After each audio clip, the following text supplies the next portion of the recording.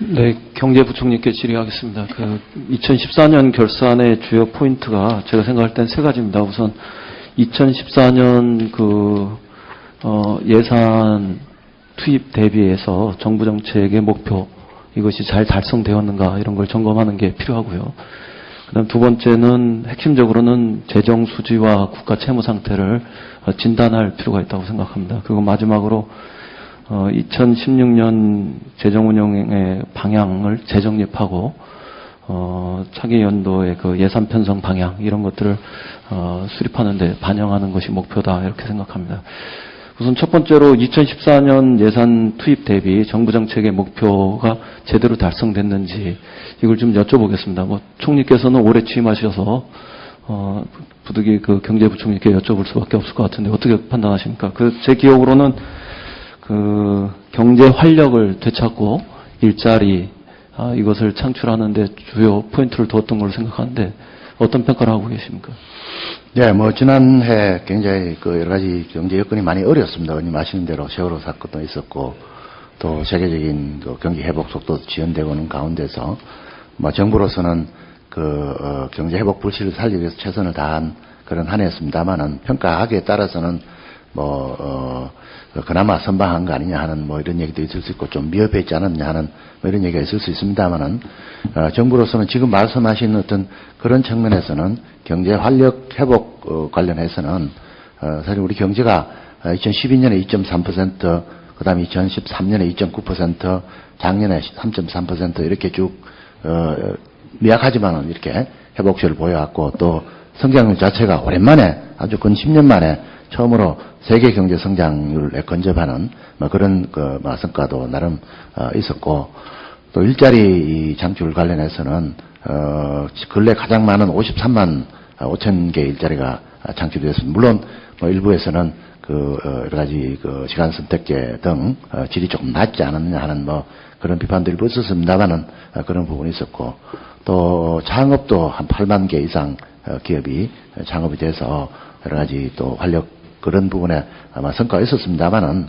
그러나 또 세계 경제 회복 속도가 늦어지고, 또 저유가에 따라서 우리 국내 교육 조건은 많이 개선됐습니다만은, 또 수출 진흥국의 수입 부진 이런 부분하고 또 연결이 돼서 우리 또 수출이 조금 어려워지는 이런 등등의 여건이 있었던 한 해였다 이렇게 생각을 하고, 나름 최선을 다한 그런 한 해였다 이렇게 생각합니다. 제가 여쭤보는 포인트는 말이죠.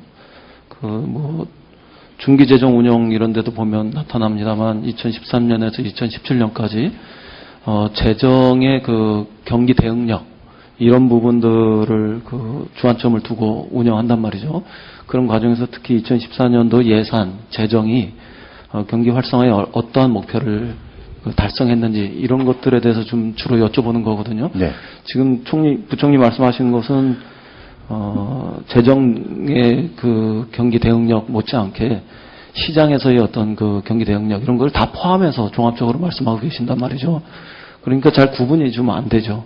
일자리 문제까지 포함해서. 그래서 제가 그게 두부 자르듯이 탁 나눠지는 것은 아니겠습니다만, 제가 좀 비판적으로 지적을 해보면, 정부가 예상했던 경제 성장률은 3.9%였는데, 결과적으로는 3.3%로 나타났단 말이죠.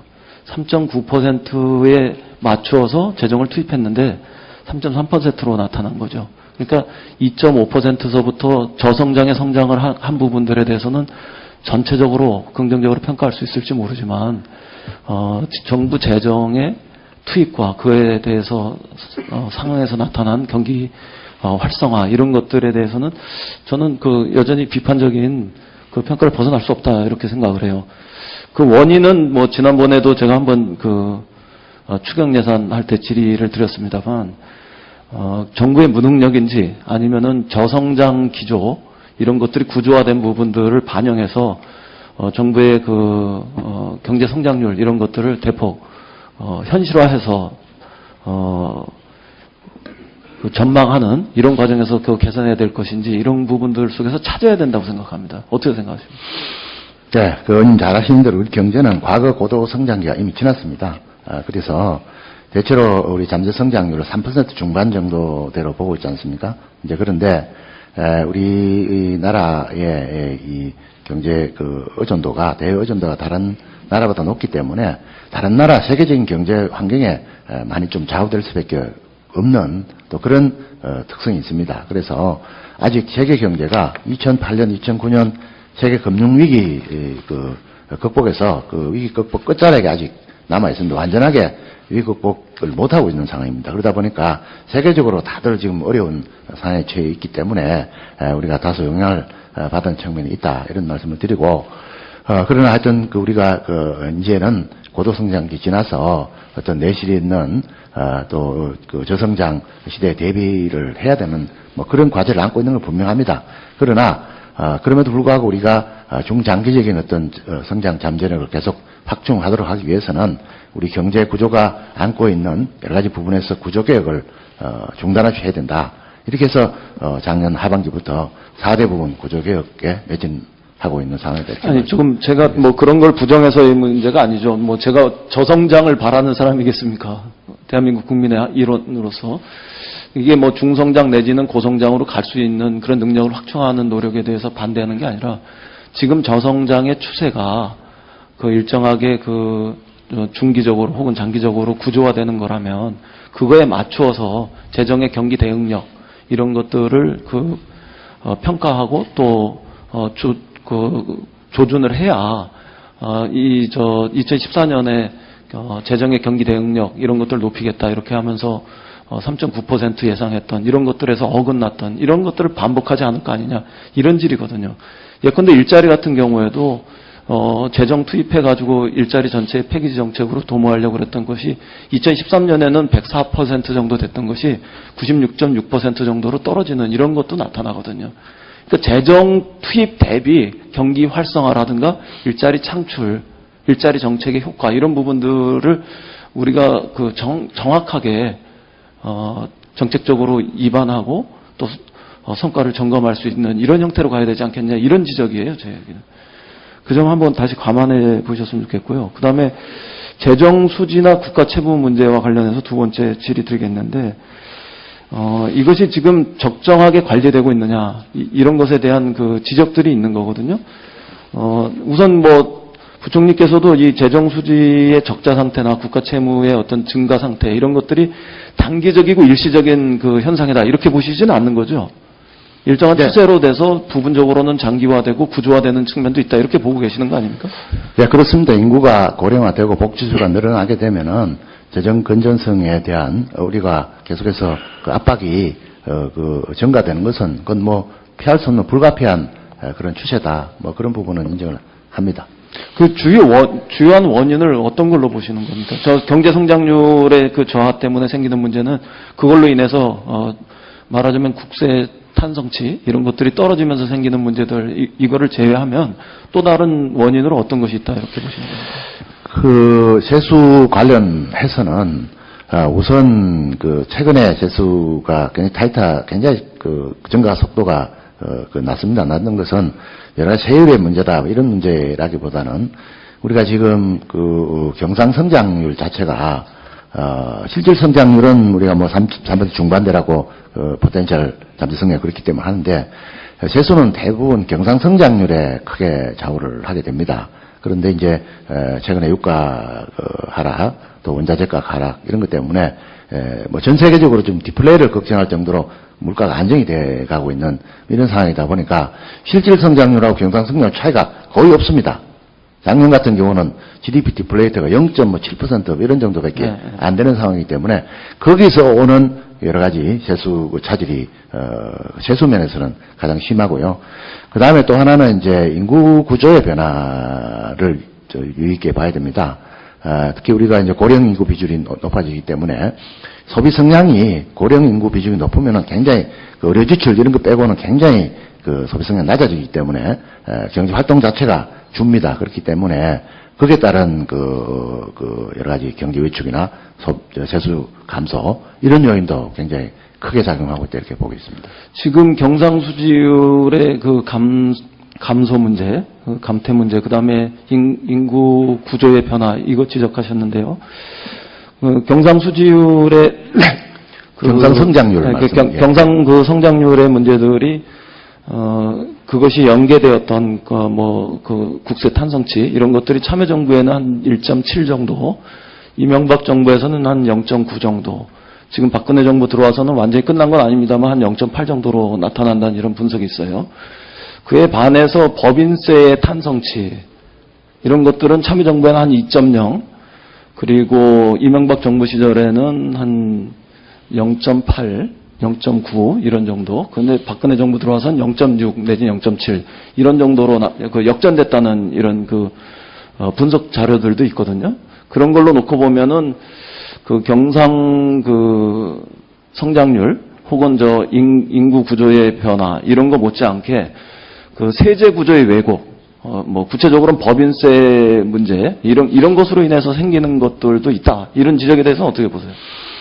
저는 그 세율의 문제라기보다는 결국은 작년에 우리가 그 법인세 수가 좀 줄었지 않습니까? 그 부분은 그 전에 비해서 사실은 세율을 손대기는커녕 비과세 감면을 줄여왔거든요. 네. 그런 불구하고 준 거는 결국은 그 기업들, 법인들의 어떤 흔히 쉽게 가면 장사가 좀 되느냐 안 되느냐, 거기에 그 법인의 매출이익이나 영업이익에 크게 좌우하지 세율에 크게 좌우하는 부분보다는 그런 쪽이 더 크게 작용한다.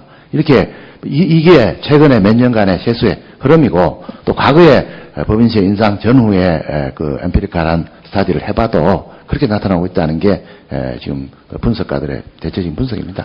그 경기에 좌우되는 거지 세제나 세율에 좌우되는 게 아니다. 이런 지적이시잖아요. 경기에 전혀 세율에 좌우 안 된다고 보기는 어렵겠지만은 네. 더 크게는 경기 내지는 그 법인의 매출 상황, 영업이익 이쪽이 훨씬 많이. 이제 그게 그렇게 되면은요, 일반적으로 보편적인 현상으로 그렇게 나타나야 될 거 아닙니까? 예, 보편적으로 그렇게 나타나고. 보편적인 현상으로 나타나야 되는데 주요 법인들, 대기업들, 재벌들 이런 데는 전혀 변화가 없어요. 그것이 영향을 타고 있지 않은 거거든요. 그 대기업들이 그러면은 왜 이익이 많이 나느냐 하는 부분인데요. 그 부분들은 대기업들이 굉장히 글로벌 마켓에서 경쟁력을 많이 확보를 하고 있습니다. 이제 그 부분은 여러 가지 R&D도 많이 하게 되고, 그 다음에 해외 마케팅 능력이나 등등 통해서 또 국내 시장보다는 해외 시장을 공략을 해서 그쪽에서 많은 이익을 창출하기 때문에 나타나는 현상이다. 이렇게 보지. 그게 세제하고 밀접한 관련이 있다. 저는 그렇게 보지는 않습니다. 시간이 별로 없어서 다른 질문 때문에 하나 더 지적을 해야 돼서 넘어가긴 하겠습니다만, 보편적 현상으로 나타나지 않고 특정한 부분에서는 계속해서 이익이 나거나 호조 현상이 나타나는 이런 것들은 세제에 혹은 또 세율에 왜곡 구조들이 있는 것이라는 점을 좀 유념하실 필요가 있다고 생각합니다. 이게 일반적인 현상으로 나타나면 이런 지적을 안 할 거예요, 아마. 대기업이나 중소기업이나 다 같이 어려워져서 다 같이 어려운 상태로 나타나면 이런 지적이 없을 거라고 생각합니다. 그것이 왜곡된 구조의 한 단면을 반영하는 거다. 이런 점을 지적하는 거니까 그 점을 한번 참고하셔서 다시 보셨으면 좋겠습니다. 그 다음에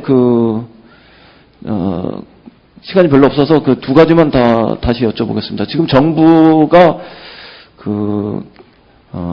경제 성장률 이런 것들은 현실화할 생각을 가지고 계시는 것 같아요. 그런 측면에서 저는 최경환 부총리 시절에 과거에 이렇게 경제 성장률을 부풀렸다가 결과는 그에 미치지 못하는 이런 것들은 반복하지 않는 이런 전환이 있었으면 좋겠다. 이런 당부 드리고요. 지금 재정 적자 상태하고 국가 채무 상태를 어느 선이 적정한 상태이기 때문에 어느 선에서 관리하려고 생각하고 계시는 겁니까? 예, 기본적으로, 우리나라는. 이게 지속적으로 증가하고 있는 추세는 인정하고 계실 거고, 네, 이게 단기적이고 일시적인 현상이 아니라 일정한 측면에서 장기적이고 구조화되고 있다. 이런 점을 인정하실 테니까요. 네. 어떤 선에서 관리하는 게 적정한가, 이렇게 보시면. 우리나라는, 지금 저출산, 이 고령화, 인구 구조의 변화의 문제, 그리고 이제 그에 따른 복지 지출 증가, 이런 큰 앞으로 소요가 예상이 되는 부분이 있고요. 그 다음에 또 우리가 통일이라는 또 미래의 어떤 재정 소요, 이 두 가지를 감안하면서 재정 운영을 할 수밖에 없는 이런 상황입니다. 그렇기 때문에 재정 건전성에 대한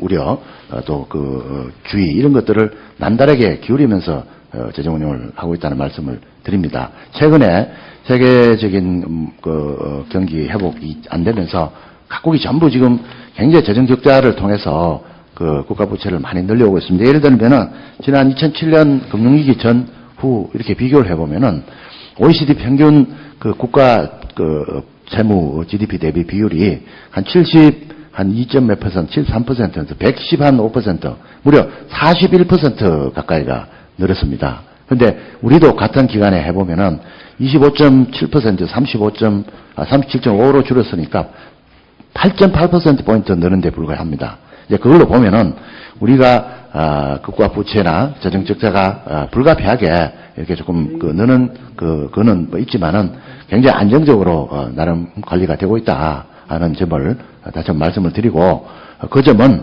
앞으로도 계속 그 기조는 유지를 할 수밖에 없다. 그것은 아까 말씀드린 대로 저출산, 고령화, 복지 문제, 그리고 통일에 대비한 그런 부분 때문에 우리는 재정 건전성을 굉장히 보수적으로 접근할 수밖에 없다 하는 점을 말씀을 드립니다. 아니, 그러니까 그 규모의 그 구체적인 수치, 이런 것들 대체로 예를 들어서 저는 말씀하시는 게 좀. 지금 현재 상황에서 40% GDP 대비 네. 국가 채무 비중이 40%가 안 넘도록 가능하면은 관리가 됐으면 좋겠다 하는 그런 생각을 가지고 있습니다. 재정적자 문제는 어떻게 생각하고 계십니까? 재정적자는 대체로 지금 다른 재정 준칙 다른 나라 OECD다 또 유로 이런 쪽에서 GDP 3% 이내 적자는 균형 수준으로 대충 봅니다만은 우리는 대체로 보다 엄격한 통합 관리 대상 수지 기준으로 봤을 때 대체로 한 2 내지 2% 이내, 2, 3% 이내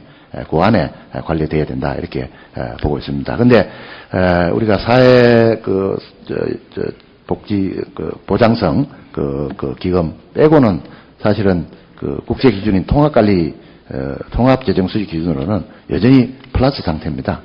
그렇기 때문에 상당히 세계적인 기준으로 봤을 때도 굉장히 엄격한 그런 재정 준칙 관리를 하고 있다 이렇게 말씀을 드리겠습니다. 굉장히 낙관적으로 지금 전망하시는 것 같은데요. 우선 제가 볼 때 국가 채무 상태, 국가 부채 상태 표현이 구분되는 것이긴 합니다만 지금 국가 부채 상태를 그동안의 재정 당국에서는 GDP 대비 30%로 관리하겠다 이런 것이 전통적인 입장이었는데 부총리께서 40%로 늘리신 거거든요.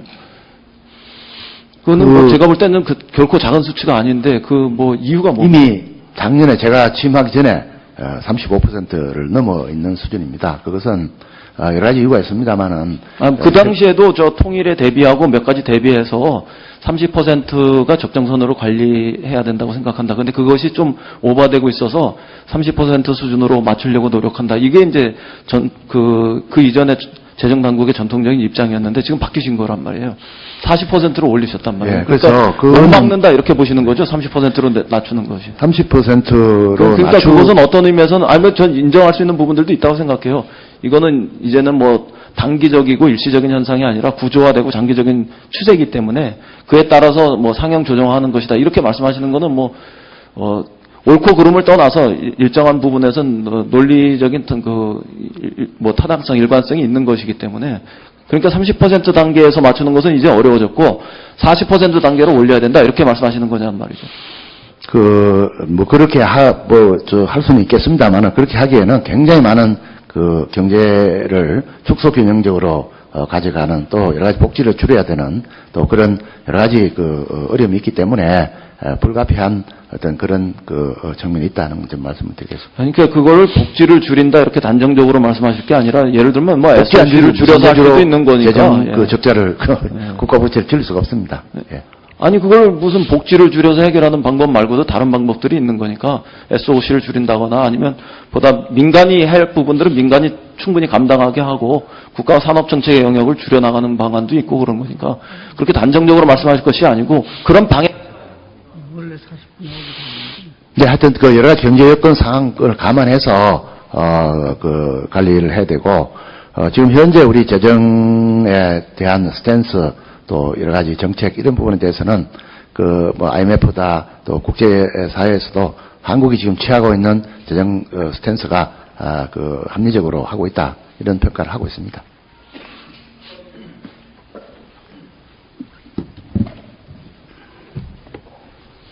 이영규님 수고하셨습니다. 다음은 대전 대덕구 출신의 정용기 위원님 질의하시기 바랍니다.